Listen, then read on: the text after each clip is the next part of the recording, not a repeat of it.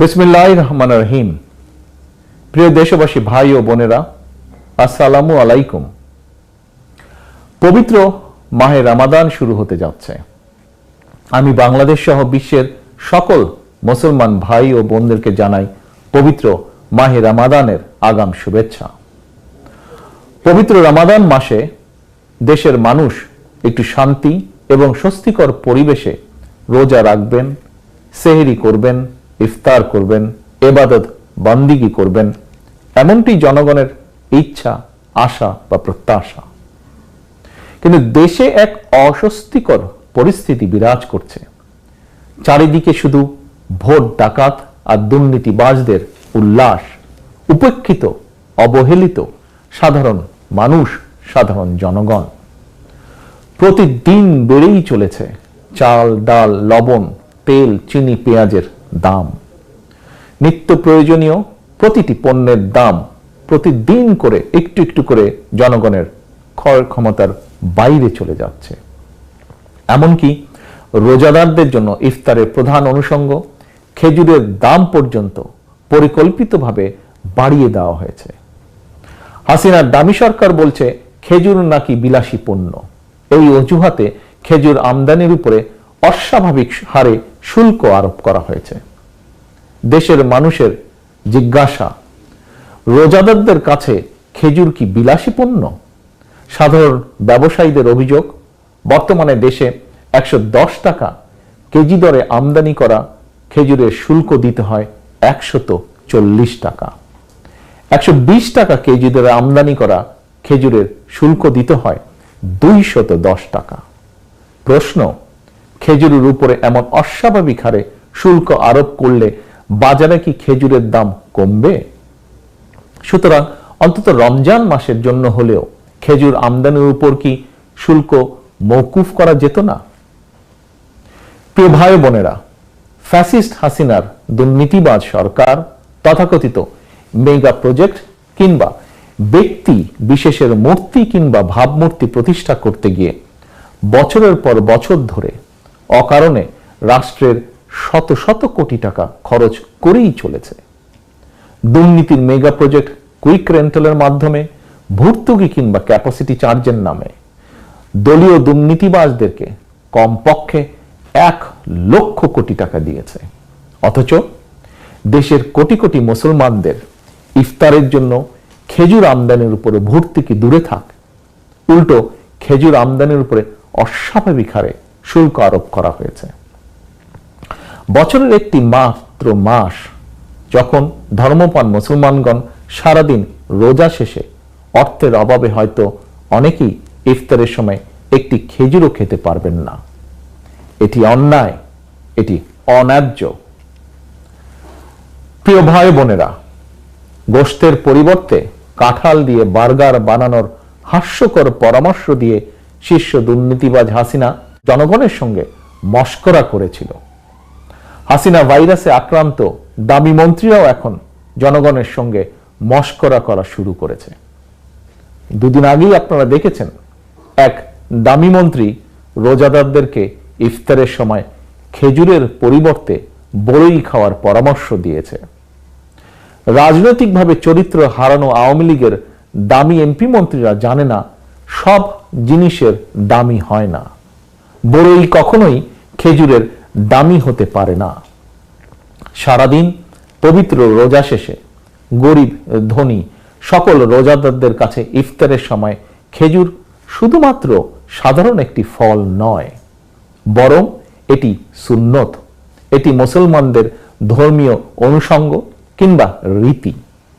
দেশের ধর্মপ্রাণ জনগণ বিশ্বাস করেন হাসিনার দামি সরকার অত্যন্ত সূক্ষ্ম এবং পরিকল্পিতভাবেই দেশের বৃহত্তর জনগোষ্ঠীর ধর্মীয় সংস্কৃতি এবং সামাজিক রীতি ও মূল্যবোধের বিরুদ্ধে অবস্থান নিয়েছে। সকলের মনে প্রশ্ন, দেশের জনগণের ধর্মীয় সংস্কৃতি এবং সামাজিক মূল্যবোধের বিরুদ্ধে অবস্থান নিয়ে দামি হাসিনা কাদেরকে খুশি করতে চায়? প্রিয় দেশবাসী, শুধু বাজারে দ্রব্যমূল্যের আগুন নয়, দেশের প্রতিটি ক্ষেত্রেই চলছে অবিচার, অন্যায়, অনিয়ম। অত্যন্ত সুপরিকল্পিতভাবে অবস্থা এমন পর্যায়ে নিয়ে যাওয়া হয়েছে, বর্তমানে বাক ব্যক্তি স্বাধীনতা কিংবা নাগরিক অধিকার, মানবিক অধিকার দূরে থাক, কোনো রকমে জীবন নিয়ে বেঁচে থাকাটাই যেন মানুষের কাছে সবচেয়ে বড় প্রাপ্তি হয়ে দাঁড়িয়েছে। একদিকে গুম খুন, হামলা মামলা, নির্যাতন নিপীড়ন চলছে, অপরদিকে হাসিনা আর তার মাফিয়া চক্রের আগুনে পুড়ে ছাই হচ্ছে বস্তি, দোকানপাট কিংবা সুউচ্চ ভবন। জীবন্ত পুড়ে মৃত্যুবরণ করছে মানুষ, সর্বস্ব হারিয়ে নিঃস্ব রিক্ত হচ্ছে বহু পরিবার। অগ্নিকাণ্ডের ঘটনা প্রায় নৈমিত্তিক হয়ে দাঁড়িয়েছে। গত 29শে ফেব্রুয়ারি বেইলি রোডে সংঘটিত অগ্নিকাণ্ড কোনো বিচ্ছিন্ন ঘটনা ছিল না, বরং বেইলি রোডে ক্ষমতালোভী হাসিনার দুষ্ট রাজনীতি আর চরম দায়িত্বহীনতার বলি হয়েছে 46টি তরতাজা প্রাণ। আর হাসিনার কাছে প্রতিটি প্রাণের মূল্য মাত্র 25,000 টাকা। মানুষের জীবন নিয়ে খুনি হাসিনার কি নির্মম রসিকতা, প্রিয় দেশবাসী। উন্নয়নের বুলি আওড়ালেও বেইলি রোডের 46টি তরতাজা প্রাণের অস্বাভাবিক মৃত্যু প্রমাণ করেছে শীর্ষ দুর্নীতিবাজ হাসিনার পরিবার, দলীয় দুর্নীতিবাজ আর টাকা পাচারকারীদের উন্নতি হলেও হয়নি জননিরাপত্তার উন্নতি, হয়নি জনগণের কোনো উন্নতি। প্রিয় দেশবাসী, গত 9 বছরে সারা দেশে প্রায় 2 লক্ষ অগ্নিকাণ্ডের ঘটনা ঘটেছে। এতে 1000-এরও বেশি মানুষ মৃত্যুবরণ করেছেন, আহত হয়েছেন অসংখ্য মানুষ। সর্বশেষ 2023 সালের 27,000-এরও বেশি অগ্নিকাণ্ডের ঘটনা ঘটেছে, অর্থাৎ প্রতি বছর অগ্নিকাণ্ডের ঘটনা বেড়েই চলেছে। দেশের প্রতিটি নগর মহানগর, বিশেষ করে রাজধানী ঢাকা যেন একটি অগ্নিকুণ্ডলীর উপরে দাঁড়িয়ে আছে। গত 15 বছরে Tazreen garments, Shezan juice factory, রাজধানীর বঙ্গবাজার, গুলশান, বসুন্ধরা, আমিন বাজার, পুরনো ঢাকার চুড়িহাট্টা, বনানীর এফআর টাওয়ার কিংবা সীতাকুণ্ডে বিএম ডিপোতে ভয়াবহ যে অগ্নিকাণ্ড ঘটেছে, সেই অগ্নিকাণ্ডে পুড়ে ছাই হয়ে গিয়েছিল অসংখ্য মানুষের জীবন এবং সম্পদ। প্রতিটি অগ্নিকাণ্ডের ঘটনাই কি স্রেফ একটি দুর্ঘটনা? অবশ্যই নয়। জনগণ বিশ্বাস করে অনেক অগ্নিকাণ্ডের ঘটনার নেপথ্যে রয়েছে ফ্যাসিস্ট হাসিনা এবং তার দলীয় রাজনৈতিক দুর্বৃত্তদের দুষ্ট রাজনীতি, অব্যবস্থাপনা এবং দায়িত্বহীনতা কিংবা উচ্ছেদ অথবা ভূমি জমি দখলের অসৎ পরিকল্পনা। এ কারণেই গত 15 বছরে দেশে সংঘটিত একটি অগ্নিকাণ্ডেরও ঘটনার সুষ্ঠু বিচার হয়নি, এমনকি একটি ঘটনারও সুষ্ঠু তদন্ত পর্যন্ত হয়নি। বরং প্রতিটি অগ্নিকাণ্ডের ঘটনার পরই দেখা গিয়েছে হাসিনা কিংবা তার দলের নেতাকর্মীদের বাচালতার আড়ালে হারিয়ে গিয়েছে অগ্নিকাণ্ডের নেপথ্য রহস্য। সুতরাং এভাবে একটির পর একটি অগ্নিকাণ্ডের যে ঘটনা, কোনো ঘটনাই স্বাভাবিক দুর্ঘটনা নয়। এটি রীতিমতন রাষ্ট্র এবং প্রশাসনিক ব্যর্থতায় প্রতিটি অগ্নিকাণ্ডের ঘটনা এক একটি পরিকল্পিত হত্যাকাণ্ড, এবং এইসব হত্যাকাণ্ডের দায় খুনি হাসিনা কোনোভাবেই এড়াতে পারে না। প্রিয় ভাই বোনেরা, কোনো ঘটনা, দুর্ঘটনা যখন নৈমিত্তিক হয়ে দাঁড়ায়, তখন সেটি আর দুর্ঘটনা হিসাবে বিবেচিত হয় না। যখন তখন যেখানে সেখানে আগুন লেগে ঘর বাড়ি বস্তি, ব্যবসা প্রতিষ্ঠান, বহুতল ভবন পুড়ছে, মৃত্যুবরণ করছেন শত শত মানুষ, সম্পদ বিনষ্ট হচ্ছে শত শত কোটি টাকার। অথচ অগ্নিকাণ্ডের ঘটনা রোধের জন্য ফায়ার সার্ভিসের আধুনিকায়ন নেই, আধুনিক সরঞ্জাম নেই, এমনকি নেই ফায়ার ব্রিগেডকে আরো দক্ষ প্রতিষ্ঠান করার জন্য প্রয়োজনীয় আইন এবং বিধিমালা। 2014 সাল থেকে ফায়ার ব্রিগেডের বিধিমালা স্থগিত করে দেওয়া হয়েছে। ফলে এখন শুধু মাত্র একটি নোটিশ দেওয়া ছাড়া ঝুঁকিপূর্ণ ভবনের ব্যাপারে ফায়ার ব্রিগেড কর্তৃপক্ষের আর তেমন কোনো কঠিন এবং কার্যকরী পদক্ষেপ নেবার ক্ষমতাই নেই। বছরের পর বছর ধরে র্যাব পুলিশের বন্দুকের জোরে ক্ষমতা কুক্ষিগত করে রাখলেও অগ্নি নির্বাপন কিংবা দুর্যোগ মোকাবেলায় কোনো আধুনিক ব্যবস্থাই নেই প্রয়োজনীয় আইনের সংস্কার। রক্তপিপাসু হাসিনার আইন শুধু কাকে ধরা যায়, কাকে মারা যায় কিংবা বিচারের নামে অবিচার চালিয়ে কাকে ফাঁসিতে ঝুলিয়ে দেওয়া যায়। প্রিয় দেশবাসী ভাই ও বোনেরা, প্রতিটি ঘটনা দুর্ঘটনার পরই আমরা দেখেছি ফ্যাসিস্ট হাসিনা সারা বেলা উন্নয়নের বুলি আওড়ালেও সবই আসলে ছিল হাসিনার ফাঁকা বুলি। জনগণকে ধোঁকা দিয়ে বোকা বানিয়ে কিভাবে মেগা প্রকল্পের নামে শত শত কোটি টাকা দুর্নীতি করা যায় সেদিকেই শেখ হাসিনার চোখ। প্রতি বছর বাজেটের আকার বাড়ছে, তবে তার সঙ্গে পাল্লা দিয়ে বাড়ছে দুর্নীতির আকার। অর্থাৎ মেগা দুর্নীতির জন্যই যেন প্রতি বছরের এই বাজেটে উপেক্ষিত, অবহেলিত নাগরিক নিরাপত্তা কিংবা নাগরিকদের ক্ষমতায়নের সঙ্গে সংশ্লিষ্ট তথা জননিরাপত্তা, মানব উন্নয়ন, কৃষি, শিক্ষা, স্বাস্থ্য খাত, জন উন্নয়নের সঙ্গে সংশ্লিষ্ট প্রতিটি খাতে বাজেট বরাদ্দ অপ্রতুল। প্রিয় দেশবাসী, আপনারা সাম্প্রতিক সময়ে লক্ষ্য করেছেন দামি সরকারের স্বাস্থ্যমন্ত্রী নানা অনিয়মের অভিযোগে গত এক মাসে সারা দেশে প্রায় ১৫০০ হাসপাতাল, ক্লিনিক, ডায়াগনস্টিক সেন্টার বন্ধ করে দিয়েছে। কেন এত হাসপাতাল, ক্লিনিক বন্ধ করতে হচ্ছে? প্রশ্ন, এত সংখ্যক হাসপাতাল, ক্লিনিক গড়ে উঠলই বা কিভাবে? কারা এর জন্য দায়ী? তাহলে কিসের উন্নতি হলো? তবে সম্প্রতি শিক্ষাঙ্গনে উন্নতির একটি ভয়ঙ্কর চিত্র জনসম্মুখে প্রকাশ হয়ে পড়েছে।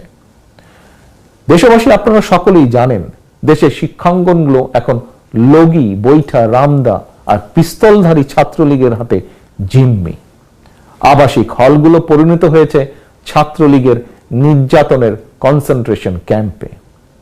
এমন পরিবেশই হাসিনার উন্নয়নের জোয়ারে ভেসে ছাত্রলীগের এক নেতা শিক্ষক হয়েছিল। সেই শিক্ষক নেতা সম্প্রতি ক্লাসের ভেতরেই একজন শিক্ষার্থীকে গুলি করে দিয়েছে। সর্বক্ষেত্রেই এটিই হলো হাসিনার উন্নয়নের নমুনা। প্রিয় দেশবাসী, ভোট ডাকাতির মাধ্যমে ক্ষমতা চিরস্থায়ী করতে শীর্ষ দুর্নীতিবাজ হাসিনা তড়িঘড়ি করে সংবিধান সংশোধন করেছে, তত্ত্বাবধায়ক সরকার পদ্ধতি বাতিল করেছে, মানুষের বাক স্বাধীনতা হরণ করতে তথাকথিত সাইবার নিরাপত্তা আইন করেছে। অথচ দুর্ঘটনার নামে আগুনে পুড়ে মানুষ হত্যা বন্ধের জন্য গত 15 বছরে ফায়ার ব্রিগেডের জন্য প্রয়োজনীয় আইন ও বিধিমালা তো করেইনি, তবে জনগণের স্বার্থ রক্ষায় বিধিমালা প্রণয়ন না করলেও চিহ্নিত ভোট ডাকাত হাসিনা তার নিজের এবং নিজের পরিবারের জন্য ভোগবিলাস নিশ্চিত ও নিরাপদ করতে রাষ্ট্রীয় খরচে একটি বিশেষ আলাদা আইন করেছে। এই আইন অনুযায়ী হাসিনার পরিবারের সদস্যরা বিদেশে থাকলেও বাংলাদেশের খরচে সেখানেও তাদেরকে নিরাপত্তা দিতে হবে। একজন প্রধানমন্ত্রীর জন্য দেশের প্রচলিত আইনি কাঠামোয় নিরাপত্তা নিশ্চিতের বিধান থাকলেও প্রতি বছর রাষ্ট্রের শত শত কোটি টাকা খরচ করে শুধুমাত্র হাসিনা পরিবারের জন্য আলাদা আইন করার নেপথ্যে কি কারণ? প্রিয় দেশবাসী, সাধারণ নাগরিকদের জীবন সম্পদের কোনো নিরাপত্তা নেই।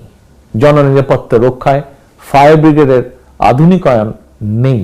অথচ গণতান্ত্রিকামী মানুষ, বিরোধী দল এবং ভিন্নমত দমন করতে ফ্যাসিস্ট হাসিনা শত শত কোটি টাকা খরচ করে অস্ত্র, গোলাবারুদ, সাউন্ড গ্রেনেড কিনছে। পুলিশের একটি বিশেষ চক্রকে দেওয়া হচ্ছে দেশে বিদেশে শত শত কোটি টাকার অবৈধ সুযোগ সুবিধা। দেশের প্রতিটি ক্ষেত্রে, প্রতিটি সেক্টরে, প্রতি প্রতিষ্ঠানে এখন সর্বব্যাপী অনিয়ম, অনাচার। স্বাধীনতা, স্বকীয়তা হারিয়ে বিচার বিভাগ আইন মন্ত্রণালয়ের অধীনস্থ একটি বিভাগে পরিণত হয়েছে। দুদক আওয়ামী দুর্নীতিবাজদের নিরাপদ আশ্রয় স্থলে পরিণত হয়েছে। ব্যাংকিং সেক্টর পরিণত হয়েছে লুটেরা, ঋণ খেলাপি আর টাকা পাচারকারীদের দখলে। গত 15 বছরে দেশ থেকে 13 লক্ষ কোটি টাকারও বেশি পাচার করে দেওয়া হয়েছে। এই টাকাগুলো দেশের উন্নয়নের কাজে যদি লাগানো হতো তাহলে সড়ক দুর্ঘটনায় কিংবা আগুনে পুড়ে মানুষের এমন মর্মান্তিক মৃত্যুর ঘটনা হয়তো নৈমিত্তিক হয়ে দাঁড়াতো না। প্রিয় দেশবাসী, আমি একটি বিষয় আপনাদেরকে আবারও স্মরণ করিয়ে দিতে চাই। সম্পূর্ণ মিথ্যা এবং রাজনৈতিক উদ্দেশ্য প্রণোদিত মামলায় একাধিকবার জনগণের ভোটে নির্বাচিত সাবেক প্রধানমন্ত্রী mother of democracy Begum Khaleda জিয়ার প্রতি বিচারের নামে করা হয়েছে অবিচার। অন্যায়ভাবে খালেদা জিয়াকে কারারুদ্ধ করে কেবল একজন রাজনৈতিক নেত্রীকেই নয়, বরং বাংলাদেশের কণ্ঠকেই রুদ্ধ করে রাখা হয়েছে। অনেকেই হয়তো ফ্যাসিস্ট হাসিনার রোশানল থেকে বাঁচার জন্য নীরব ছিলেন, কিংবা যে কোনো কারণেই হোক সরব প্রতিবাদ করেননি সমাজের বহু মানুষ। তাতে কি দেশের কোনো লাভ হয়েছে প্রিয় দেশবাসী? বরং দেশ হয়েছে ক্ষতিগ্রস্ত, দেশে গণতন্ত্রের কবর রচিত হয়েছে। এখন আর ফ্যাসিস্ট হাসিনা কাউকেই মানুষ বলেই গণ্য করছে না। ফ্যাসিস্ট হাসিনার থাবা থেকে বর্তমানে একজন নোবেল লরিয়েটেরও রেহাই মিলছে না। এক যুগেরও বেশি সময় পার হলেও এখনো সাংবাদিক দম্পতি সাগর রুনির হত্যার বিচারই হয়নি। গত 15 বছরে সংখ্যালঘু সম্প্রদায়ের উপর হামলার একটি ঘটনারও সুষ্ঠু তদন্ত কিংবা বিচার হয়নি। দেশে সংগঠিত একটি অগ্নিকাণ্ডের ঘটনারও সুষ্ঠু তদন্ত বা বিচার হয়নি। ব্যাংকদের বিচার হয়নি, অথচ একটি ঠুনকো অভিযোগে একজন নোবেল লরিয়েটকে প্রায় প্রতিদিনই আদালতের বারান্দায় ঘুরতে হচ্ছে।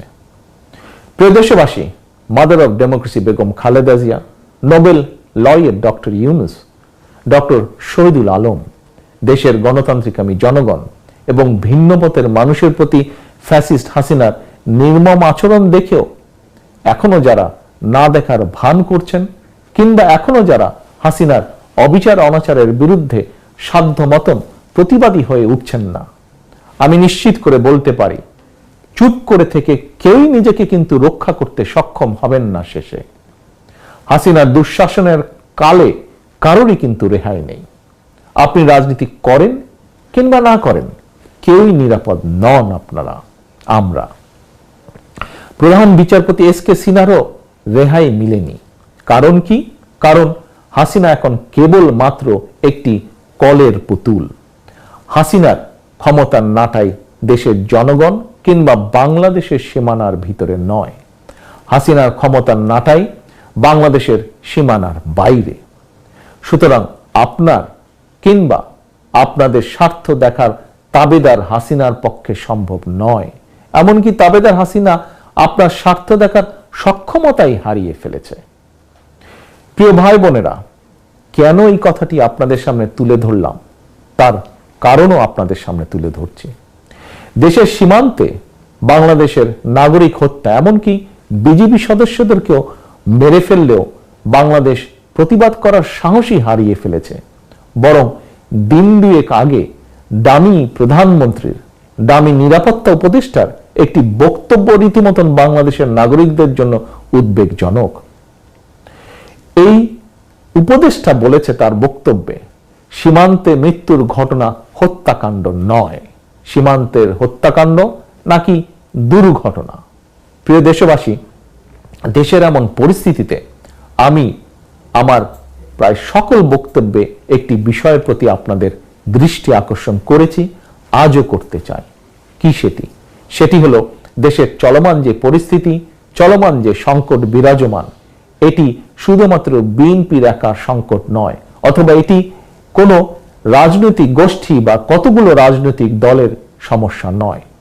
চলমান সংকট দেশের প্রতিটি গণতান্ত্রিকামী মানুষের সংকটে পরিণত হয়েছে।